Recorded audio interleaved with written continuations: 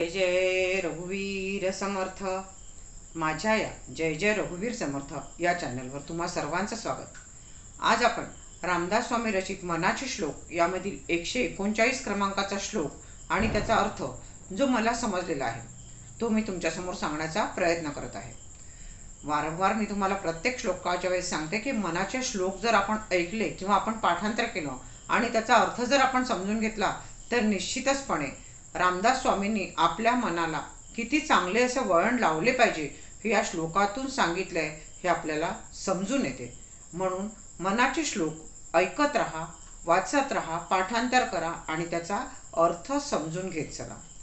ठीक आहे, आपण आता 139 क्रमांकाचा श्लोक पाहू. या श्लोकामध्ये रामदास स्वामींनी म्हटलेलं आहे, पुढे पाहता सर्व ही कोंदनासे, अभाग्यास हे दृश्य पाषाण भासे, अभावे कदा पुण्य गाठी पडेना, जुने ठेवणे मी पणे आकळेना. जय जय रघुवीर समर्थ. रामदास स्वामींनी पहिल्या चरणात असं म्हटलं आहे, पुढे पाहता सर्वही कोंदलेसे. पुढे म्हणजे अर्थातच सगळीकडे.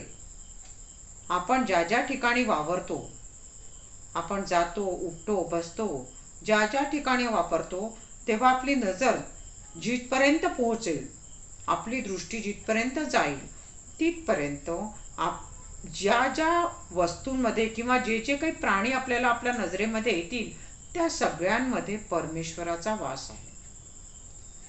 चराचर जे आहे ते सगळं सृष्टी, आनंददायी जी सृष्टी आहे त्यामध्ये परमात्मा आहे. मग तो वनस्पतीच्या रूपामध्ये आपला परमात्मा असतो, प्राणी मात्रांच्या रूपात परमात्मा असतो. सगळीकडे आनंद आहे. म्हणजे सर्व दूर प्रभू कोंदलेसे म्हणजे ठासून भरलेले आहेत. जे काही चराचर सृष्टी आहे, जी काही सृष्टी आहे त्यामध्ये परमात्मा आहे आणि तो सर्व दूर पसरलेला आहे. म्हणूनच यावेळेस आपल्याला हिरण्यकश्यपूची गोष्ट आठवते की तुझा परमेश्वर, भक्त प्रल्हादाला तो विचारतोय, तुझा परमेश्वर इथे आहे का? हो आहे. इथे आहे का? हो आहे. इथे आहे? हो आहे. सर्व दूर जिथपर्यंत नजर पोहोचते आहे तिथपर्यंत चराचरामध्ये प्रभूचा वास असतो. प्राणी मात्रात आहे, वनस्पतीमध्ये आहे, सजीव सृष्टीमध्ये आहे, सर्व दूर परमात्मा वसलेला आहे. कोंदलेसे म्हणजे सर्व दूर त्याचा वास आहे. पुढे ते म्हणतात, अभाग्य असं हे दृश्य पाषाण भासे. परंतु जो अभागी मनुष्य आहे त्याला हे सगळं पाषाण वाटतं. पाषाण म्हणजे दगड. दगड याचा अर्थ अक्षरशः दगड नाही घेता येणार, की त्याला वाटते काय आहे, झाडच तर आहे, प्राणीच तर आहे. यामध्ये तो परमेश्वराच्या रूपात पाहत नाही. म्हणून त्याला पाषाण वाटते. काय हे आहे, निर्मिती झाली आहे ते.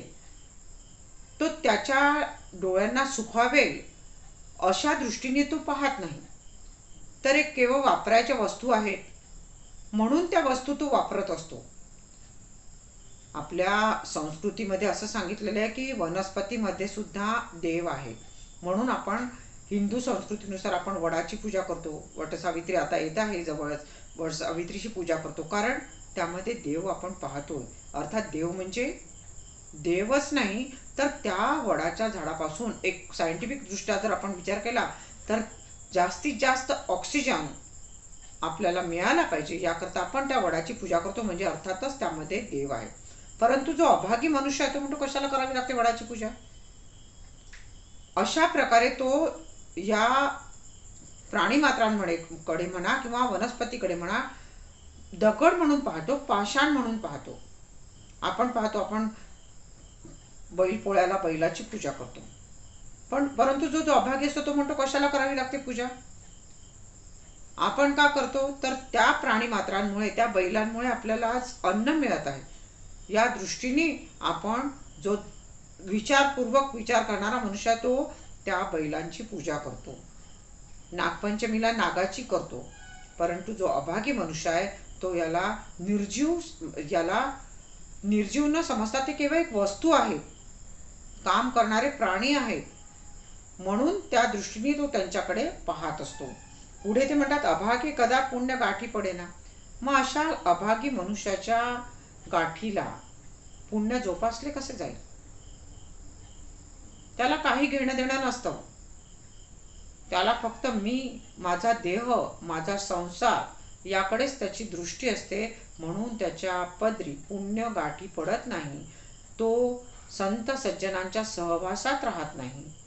एखाद्या सज्जनांच्या सहवासात तो राहिला किंवा तो गेला तरी तो त्यांना नावं ठेवतो की हे असे का करतात, असे का वागतात, असे नावं ठेवतो. मग अशांच्या पदरी पुण्य गाठी पडत नाही. आणि पुढे ते म्हणतात, जुने ठेवणे मी पण आकळेना. मग हे त्याचं जे आहे त्याला आकळत नाही, त्याला समजतच नाही. आणि अशा प्रकारे तो मनुष्य, ही जी चराचर सृष्टी आहे परमेश्वराने व्यापून भरलेली आहे, ती त्याला न समजत नाही. आणि म्हणून त्याच्या पदरी पुण्यगाठी पडत नाही. मला जो अर्थ समजला तो मी तुमच्यासमोर सांगण्याचा प्रयत्न केलेला आहे. तुम्हाला जर माझं चॅनल आवडत असेल तर त्याला लाईक, शेअर आणि सबस्क्राईब करायला विसरू नका. धन्यवाद. शुका सारिखे पूर्ण वैराग्य जाचे, वसिष्ठा परिज्ञान योगेश्वराचे.